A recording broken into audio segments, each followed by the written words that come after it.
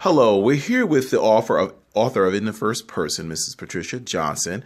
How are you today? I'm fine, thank you. How are you? Great, great. I wanted to find out what inspired you to write the book In the First Person. Well, I wanted to write a book that would show the diverse population within the African American communities. Yeah, and there are many different lifestyles and life tracks within the African American community. Can you tell us a little bit about each of the stories captured in the book? Well, the first story is about a young woman who leaves America and goes with her parents to France. Her father had the opportunity to be co-owner of a nightclub, and they left the United States in hope of finding a place where the two parents and the daughter would be accepted just as human beings and not looked down on. The mom of the woman that is reflecting on this period in her life was Japanese American, and her dad was African American. Okay, so just dealing with how the outside world perceived them and their child. Well, yes, and also it also touches on the fact that during the period that they were in France, the dad and mom, through the work that they were doing in the music business, found out that the Nazis were about to come into Paris. Oh, okay. And they wanted to find a place where their daughter would be safe. So they sent her to live with her Japanese grandparents. Okay. And then, of course, during the time that she was with them, there is an issue as to what is going to happen to her. Because just as she's beginning to feel safe, it becomes obvious that the Japanese American population are going to be put in internment camps. Wow. So it definitely sounds like a very interesting read. Tell us about the second story. The second story deals with a gentleman who was born in the Caribbean, and he grew up in a very tight-knit community. And within that community, everybody depended on each other for their livelihood.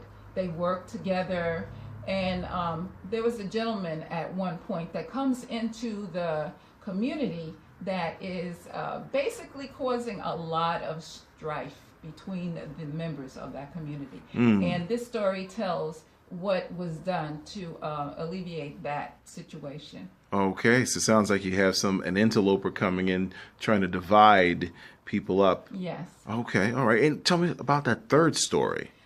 The third story is about this woman and her son that leave to find out some information about their roots. And they go down at the same time to visit relatives in the South. And when returning to the North, this lady writes her friend a letter.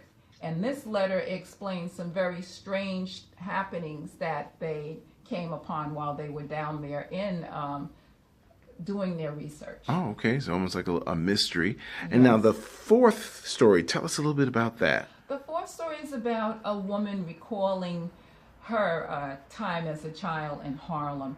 And she loved being there. She mostly talks about her experiences with things that sometimes people today don't even know about. Things like a candy store, things about pulley linemen. And a pulley lineman, by the way, was someone that would go around the area saying, pulley lineman, and anybody that needed a line put up so that they could dry their clothes would take his services. And he would put up a line from one side of the building to the other one. And other things like there were people, there was a place called Sugar Hill. Sugar Hill was a place that many people in the black community that are familiar with Harlem will know about Sugar Hill. Okay. So it sounds like that your book gives each writer, or each reader, I should say, an opportunity to learn a little bit more about the African American experience from different, not only time periods, but different genres. Yes. Tell us a little bit about, or just tell us where we can buy the book.